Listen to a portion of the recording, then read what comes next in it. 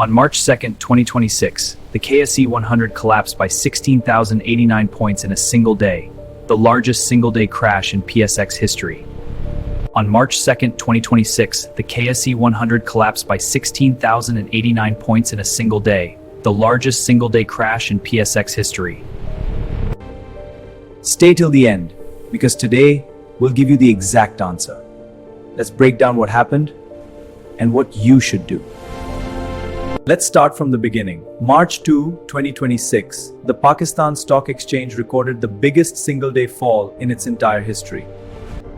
The KSE 100 crashed 9.5%, plunging 1689 points to close at 151,973. Trading was halted for 45 minutes at the opening bell. The trigger was the escalating US-Israel-Iran conflict, a regional war that sent shockwaves through every emerging market, including Pakistan. Pakistan imports most of its fuel. When oil prices rise due to Middle East war fears, inflation rises, the rupee weakens, and markets panic. This wasn't the first shock. Just 2 weeks earlier, on February 19th, PSX had already crashed 6,680. Even in June 2026, the KSE 100 shed another 3,484 points in a single week, driven by Middle East tensions and domestic inflation fears. 3 major crashes in just 15 days. February 16th, February 19th, and March 2nd. Pakistan's stock market was in a bloodbath. Banking, energy, cement, fertilizer, oil marketing, every major sector of the PSX bled out. No sector was spared in the sell-off.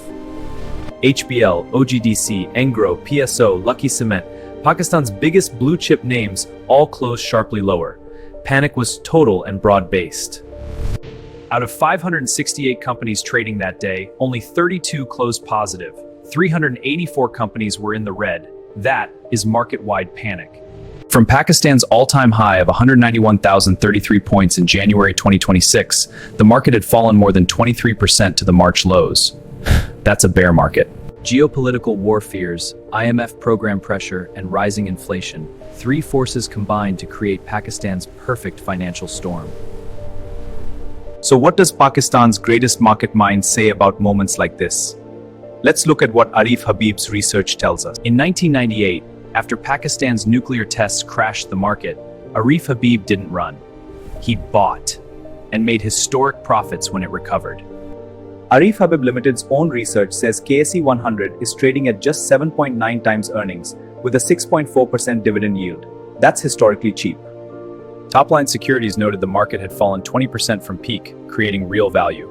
Arif Habib Limited projected 21.6% returns for 2026 equities. Now the most important question, what should you actually do? Let's separate panic from proper financial thinking. Step 1. Know your time horizon. If you need this money in 6 months, your strategy is completely different from a 5-year investor. Invest a fixed amount every month, no matter what the market does. When prices drop, your same rupees buy more shares automatically. The biggest lesson from this crash, never concentrate in one sector.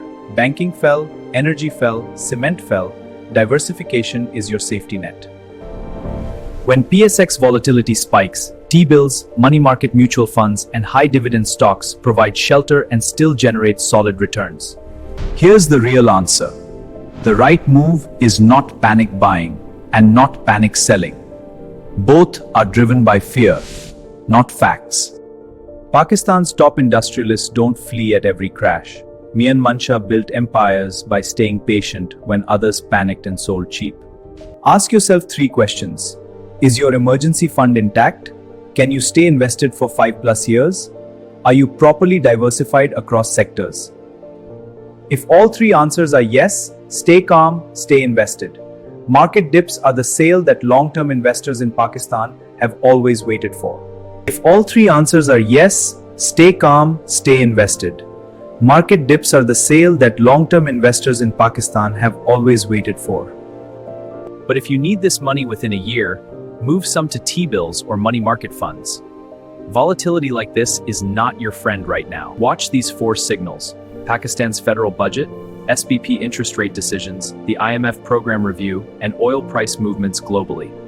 SPP's interest rate, inflation data, forex reserves at 17.2 billion, and IMF program progress, these four numbers tell you Pakistan's direction. Recap. The crash was real, the reasons were clear, and the strategy is simple. Stay disciplined, stay diversified, and trust the long-term data.